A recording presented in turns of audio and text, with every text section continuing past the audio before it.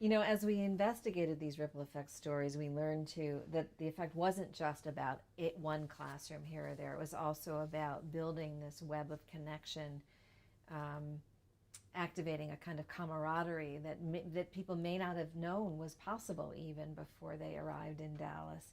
We talked to Roy Layton, who's doing work in England and bringing students from England down to Nepal and Japan, and what's happening with RK in Nepal, activating positive education and appreciative inquiry through a metropolitan area, the biggest metropolitan area in Nepal, which is Pokhara. And I'm thinking now of Yihei in the southern part of the United States, meeting and greeting for the first time over 50 representatives from China who showed up in order to cohere these kinds of beautiful practices, around their entire country. So before we speak about a little bit more of that, tell us, Lindsay, you're a little familiar with what's happening in Nepal. Just give us a taste of the ripple effect that's occurring there. Yeah, I mean, these ripple stories, as you well know, are just so inspiring. And yes, to hear all of the things that are happening, whether that's in Brazil or South Africa, but definitely in Nepal. I was fortunate enough after our event in the WPEA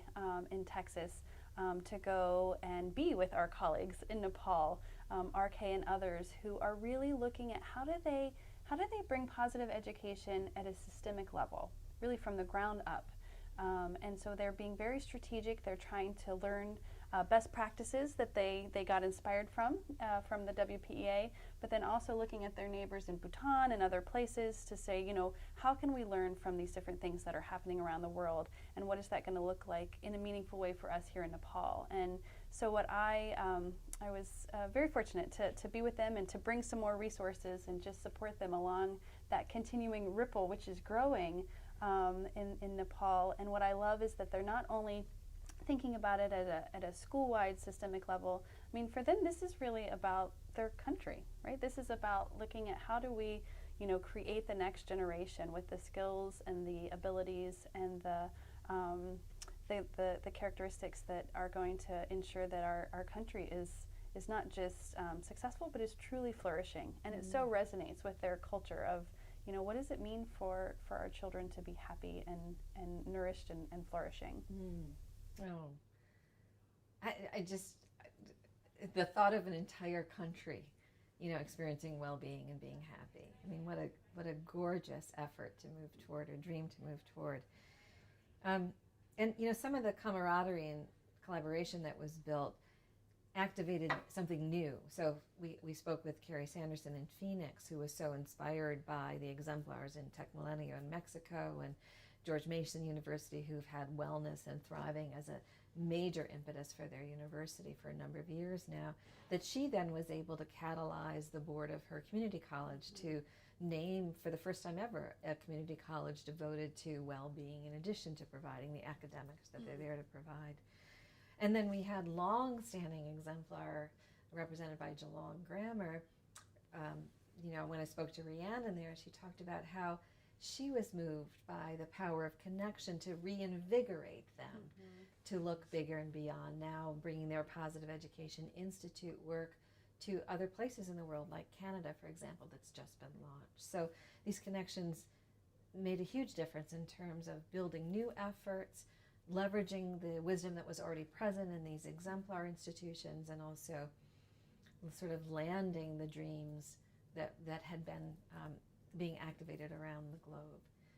So in 4 words or less, why does collaboration matter? Oh, 4 words or less. Wow. I think what comes to mind is that it gives people a chance to maybe step up into a different space. This is going to be more than 4 words. I think what collaboration allows for is for people to come together and to do something that is part of something a bit bigger, I mean, we would have never been able to put on this event without a huge collaborative effort from many different organizations and different people who stepped in and gave ideas and made connections. And so when you think about it in terms of an initiative that's focused on something like positive education, it really does sort of reinvigorate, and it gives resources that may not be available otherwise which allows for a longer term, more sustainable outcome. And so I think that that's really what it allowed for us to do, was to create that space. And maybe one of the lessons from our experience is that we don't have to be in this alone, no matter where we are in the globe, that there are people everywhere who are activating similar dreams and similar visions of what is possible. Yeah, I thought what comes to mind for me is, many hands make lighter work. And, it is sometimes hard to envision doing something like a large global effort for positive education, but it really became possible as we started to see some of these things activated, even just in the rooms, in the room itself during the event. It became a much more feasible thing because people were coming with their whole selves. We had 50 people or so from China. We had a huge group from Latin America. There was a cohort that came from Champlain College, which you're deeply connected to